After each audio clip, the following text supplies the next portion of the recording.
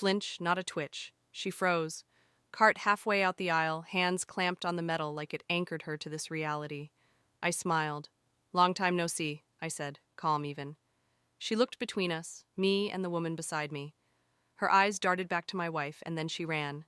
Left the cart, left everything. Moments later, my phone buzzed. Divorce her now. Your new wife is... I didn't open the rest. I already knew what it said. 10 years. That's how long it had been since Ava walked out of my life. 10 years since the woman I built everything with. Business, dreams, a home. Destroyed it all in one quiet afternoon. I came home early. That's all it took. The wrong Thursday. A forgotten client lunch. Cancelled. Last minute, I stepped through the door and heard laughter. Not hers, his. It was worse than rage. It was betrayal wrapped in routine. Their voices blended like it had been going on for a while. Comfortable, practiced. She didn't beg. That would have almost helped. She said, "We were never meant to last anyway, like it was weather, like we were just rain clouds that passed."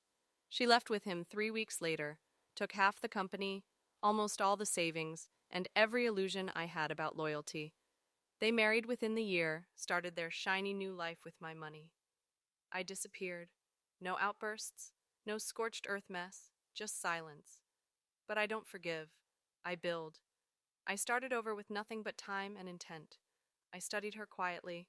Every business venture she touched, every lawsuit he buried, every person they used and left limping. She thought she married up. Truth is, she married a parasite with better suits. While she smiled for press photos, he skimmed behind her back. When the cracks started showing, I smiled too. 5 years later, I was a ghost in a new city under a different name. Wealthier, sharper, married to the kind of woman Ava used to pretend to be. Elegant, brilliant, dangerous in all the right ways. I didn't pick Claire by accident. She had motive. Ava's husband screwed over her family in a merger 5 years ago, bankrupted them. Claire never forgot. Together, we became something neither of them could have predicted: predators. I bought into Ava's new startup through a shell company, watched from the shadows, leaked a tip here, exposed a number there, enough to raise investor eyebrows, not enough to trace back. Claire, she played her role perfectly. Social media, philanthropy events, subtle magazine features, just enough to surface on Ava's radar like a faint itch. You can't quite place. Until today, until the supermarket aisle where it all crashed. She saw Claire beside me, and the mask cracked. Her message kept coming. You have no idea who she really is. She's dangerous. She'll ruin you. Please call me. I'm not trying to hurt you. She's lying to you, like she lied to everyone else. The irony nearly made me laugh. So I replied, "You'd know a lot about that, wouldn't you?" No response. But I wasn't done. 2 weeks later, Ava was served.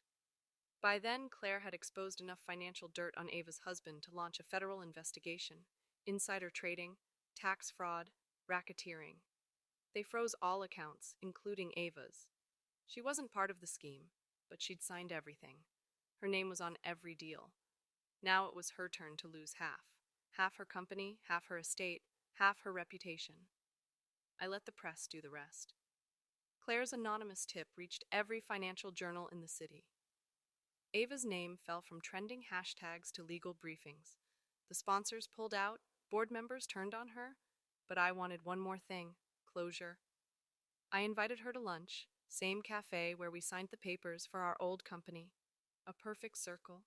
She looked tired, smaller, like someone had carved the pride out of her, and all that remained was skin and calculation. "You did this," she said quietly. I sipped my espresso. "Did what?" "You destroyed me." "No," I said, "you did that. I just made sure you watched." She leaned in, voice shaking. "Claire will ruin you just like she did me." I tilted my head. "No, she just finished what you started."